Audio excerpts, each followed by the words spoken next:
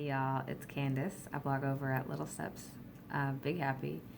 And I'm sorry I sound like a frog this morning, but waking up early is the only way that I can make a video without my kids being up in my business 24/7. So today I'm making a video because one of the things that's really important to me is that I find a way to help other moms live their happiest, healthiest life.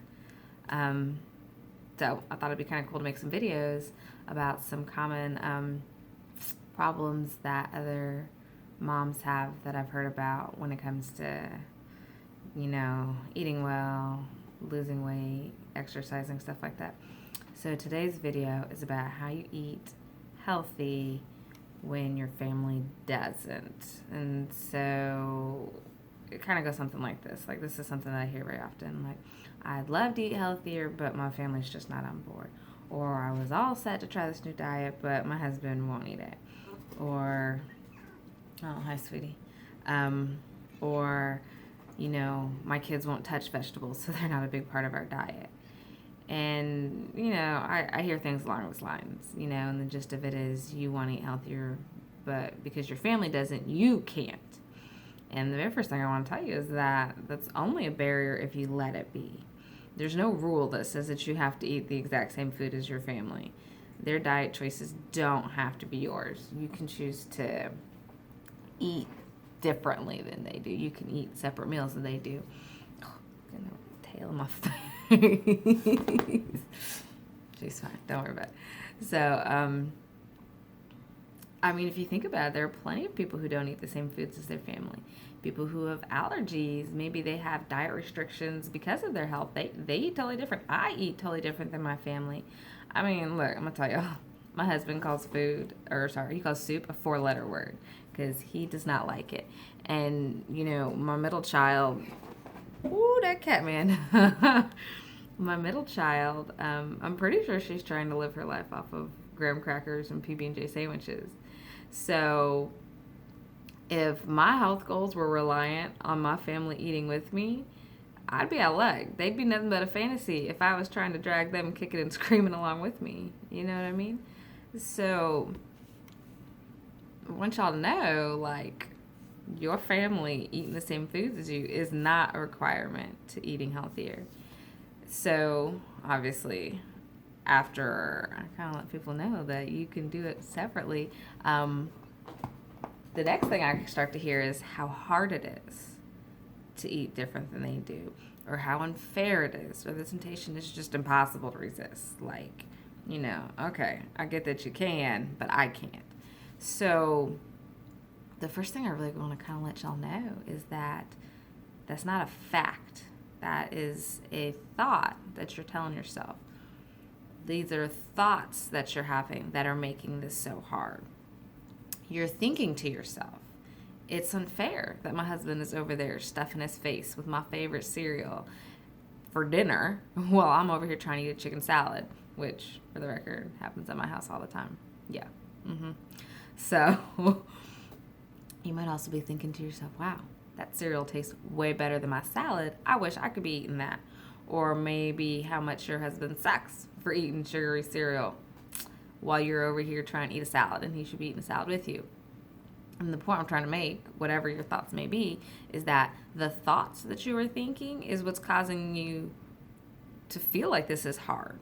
Maybe they're causing you to feel frustrated or mad or jealous or that it's unfair. It's not necessarily the eating different that's so bad. It's the eating different while telling yourself and thinking to yourself how miserable it is that you're eating different. That's really the hard part, is thinking how miserable it is and how hard it is. The reality of it, isn't half as bad as we tell ourselves it's going to be. That's what makes it so hard, is thinking how hard it is. The people who have to do it and that's just their life, yeah, they might tell you sometimes it's difficult, but they're not sitting here living a life of misery because they can't eat the same foods that everybody else can. Really? Have you ever seen something like, oh my goodness, I'm allergic to dairy and I have the worst life ever? No. You know what I mean? They just can't eat certain things, and at times that sucks, but you can still live a pretty good life not being able, you know what I mean? Okay. Sorry, getting distracted. Anyways, So what I wanted to do was give you guys some tips or some tricks or some thoughts to think other than how terrible it is. And that's one of the things that really helped me. So kind of the first step to do that is to sort out what are the thoughts that you're thinking in your head that make it feel so hard. And so maybe it's something along the lines of it's unfair, or that you think they shouldn't be doing it in front of me if I can't eat it. Maybe you're thinking like, that food's so much better than what I have. I'm not going to be happy if I eat this instead of that. So figure out what the thoughts are for you. What's behind the struggle? And I mean, sometimes it's really just trying it and then start thinking and pay attention to what comes up in your mind. Or you can journal about it or talk to somebody about it. But instead of those thoughts running around the background, try to pay attention to them. Try to observe them and figure out like, what is your brain telling you when you're not doing this thing that you normally do. The next thing you'd want to do, step 2, is to come up with some new thoughts to think to yourself. Come up with something that's going to counteract the other thoughts that you have running around in your head. So if you're thinking, I can't resist pizza when everyone else is eating pizza, you want to start telling yourself thoughts that are going to make you feel empowered to resist the pizza, not the ones that make it feel like it's inevitable that you're going to eat it. So maybe you want to think something like, this craving's going to pass, or the pizza doesn't help me reach my goals, or I chose a different meal for a reason. That's to reach my health goals, and they matter. Those are important. Or one of the things I tell myself all the time that helps is like, yeah, that pizza will be good, but the reality is I will be satisfied eating the food that I've chosen for myself. Like, I'm not going to eat this and then be like, oh, I wish I'd had the pizza. No, I'm going to eat it. I'm going to feel good about eating it. My belly's going to be satisfied. My body's not going to be hungry anymore. I'm going to be fine, You don't have to use the exact things that I use, but find something, a thought that strengthens your resolve. Find a thought that makes you feel like you can do it. That's really what you're looking for. Something that's going to make you feel strong enough to, get past this moment, not something that tears down your resistance to it. You know what I mean? All right, next step is, now that you have your new thoughts all planned out, you need to practice them. Practice them to see which ones work. Practice them to see which ones don't. You're not going to figure out what's successful for you without practice. And I want you to know that it's not going to feel easy right away. You've probably spent years practicing either giving in or practicing going along with these thoughts that tell you, if you don't give in, this sucks.